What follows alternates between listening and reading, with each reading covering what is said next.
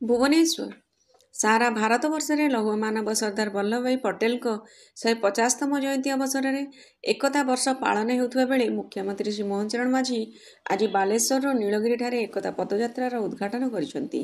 ଏହି ଅବସରରେ ନୀଳଗିରିଠାରୁ ମିତ୍ରପୁର ପର୍ଯ୍ୟନ୍ତ ଆୟୋଜିତ ପଦଯାତ୍ରାରେ ସହସ୍ରାଧିକ ଛାତ୍ରଛାତ୍ରୀ, ଯୁବବର୍ଗ, ଜନସାଧାରଣ ଓ ସରକାରୀ ଅଧିକାରୀମାନେ ଭାଗ ନେଇ ପ୍ରାୟ 9 କିଲୋମିଟର ବାଟ ପଦଯାତ୍ରା କରିଥିଲେ। ଏଥିସହିତ ଛାତ୍ରଛାତ୍ରୀମାନେ 100 ଫୁଟ ବିଶିଷ୍ଟ ତ୍ରିରଙ୍ଗା ପତାକା ଧରି ଏହି ପଦଯାତ୍ରାରେ ସାମିଲ ହୋଇଥିଲେ। ପଦଯାତ୍ରା ପୂର୍ବରୁ ମୁଖ୍ୟମନ୍ତ୍ରୀ ନୀଳଗିରିରେ ଜଗନ୍ନାଥ ମନ୍ଦିରରେ ପୂଜାର୍ଚ୍ଚନା କରିବା ସହିତ ପୋଲିସ ପଡ଼ିଆଠାରେ ଆୟୋଜିତ ସ୍ୱାଧୀନତା ସଂଗ୍ରାମରେ ବାଲେଶ୍ୱର ଜିଲ୍ଲାର ଭୂମିକା ଏବଂ ସର୍ଦ୍ଦାର ପଟେଲଙ୍କ ଜୀବନୀ ଶୀର୍ଷକ ପଟ୍ଟଚିତ୍ର ପ୍ରଦର୍ଶନୀକୁ ବୁଲି ଦେଖିଥିଲେ।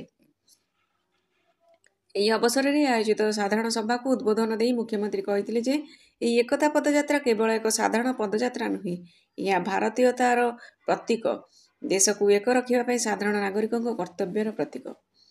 ମୁଖ୍ୟମନ୍ତ୍ରୀ କହିଥିଲେ ଯେ ଆଜି ଯେଉଁ ମାଟିରେ ଆମେ ଛିଡ଼ା ହୋଇଛେ, ନୀଳଗିରି ଏହା କେବଳ ଏକ ଭୌଗୋଳିକ ସ୍ଥାନ ନୁହେଁ, ଏହା ହେଉଛି ଜନଶକ୍ତି ଓ ଲୋକତନ୍ତ୍ରର ସ୍ପନ୍ଦନ।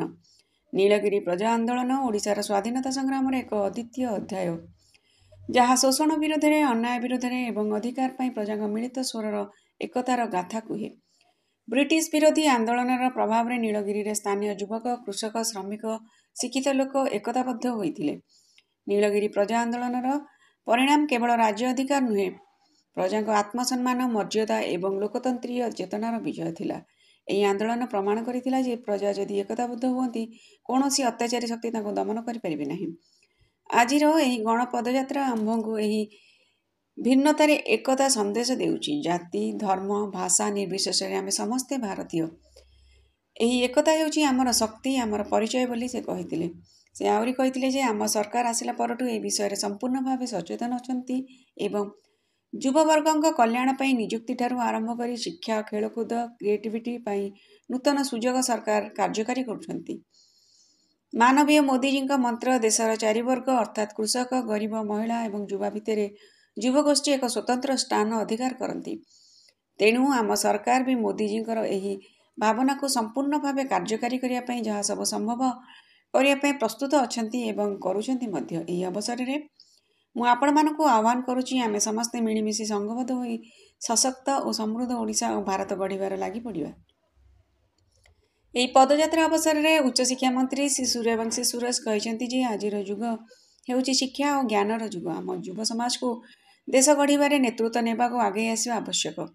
ଆଜିର ଏକତା ପଦଯାତ୍ରା ସେହି ଯୁବ ସମାଜକୁ ଆଗେଇ ଆସିବାକୁ ଆହ୍ୱାନ।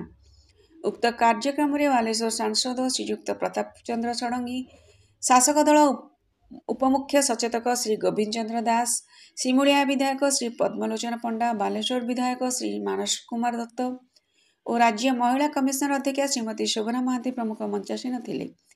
ନୀଳଗିରି ବିଧାୟକ ଶ୍ରୀଯୁକ୍ତ ସନ୍ତୋଷ କୁମାର ଖଟୁଆ ସ୍ୱାଗତ ଭାଷଣ ଦେଇଥିବା ବେଳେ ଜିଲ୍ଲାପାଳ ଶ୍ରୀ ସୂର୍ଯ୍ୟବଂଶୀ, ମୟୂର, ବିକାଶ ଧନ୍ୟବାଦ ଦେଇଥିଲେ।